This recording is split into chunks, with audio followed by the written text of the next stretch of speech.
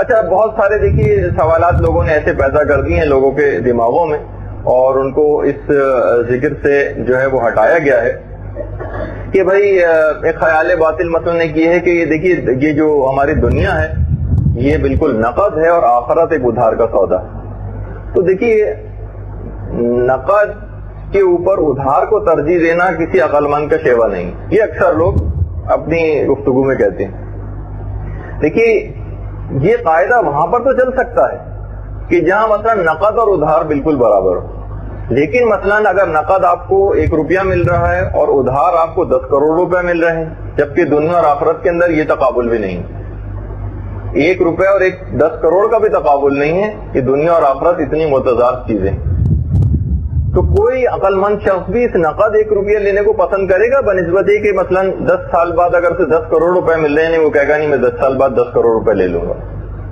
اس کے اندر تو وہ نقد اور ادھار کے چکر میں نہیں پڑتا، تو یہ آخرت کے سلسلے میں ہی نقد اور ادھار کی بات کیوں آتی؟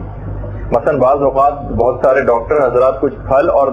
غذائیں کھانے کو منع کرتے ہیں کہ بھائی اس بیماری کے اندر آپ نے یہ جو پھل اور یہ غذائیں یہ آپ کے لیے ممنوع، حالانکہ ان پھلوں کی اور غذاؤں کی لذت نقد ہے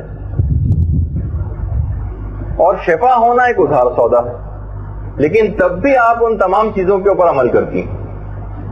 اسی اعتبار سے دوا کی کڑواہٹ نقد ہے، شفا ایک ضمنی چیز ہے، پتہ نہیں ملے یا نہ ملے، آپریشن کی تکلیف نقد ہے، شفا کا پتہ نہیں کہ ملے نہ ملے، لیکن اس کے باوجود بھی کوئی شخص اس بات کو یہاں پر لے کے نہیں آتا کہ نہیں بھائی ابھی تو یہ والی چیز تو مجھے فائدہ پہنچا رہی ہے نا، تو میں بات والی ادھار چیز کی طرف نہیں جاؤں گا۔ اسی اعتبار سے بہت سارے افراد یہ کہتے ہیں بھائی دنیا کا فائدہ تو یقین ہی ہے، آخرت میں شک ہے کہ پتہ نہیں ہم کو ملے یا نہ ملے، ہمارے اعمال قبول ہوں یا نہ ہو۔ تو دیکھیے یہی چیز جب انسان عملی طور پر دنیا میں کرتا ہے تو اس کا خیال فاسد ہوتا ہے۔ مثلا آدمی جو تجارت کرتا ہے، مشقت اٹھاتا ہے، اس کے اندر مستقبل کے ایک بہت بعید فائدے کے لیے وہ اس وقت انویسٹمنٹ بھی کر رہا ہوتا ہے، دیکھا جائے تو یہ اپنا پیسہ ضائع کر رہا ہے، پھینک رہا ہے، پتہ بھی نہیں کہ آئندہ منافع ملے یا نہ ملے، لیکن دنیا کے اندر اس کو یہ سوچ کبھی بھی نہیں آتی،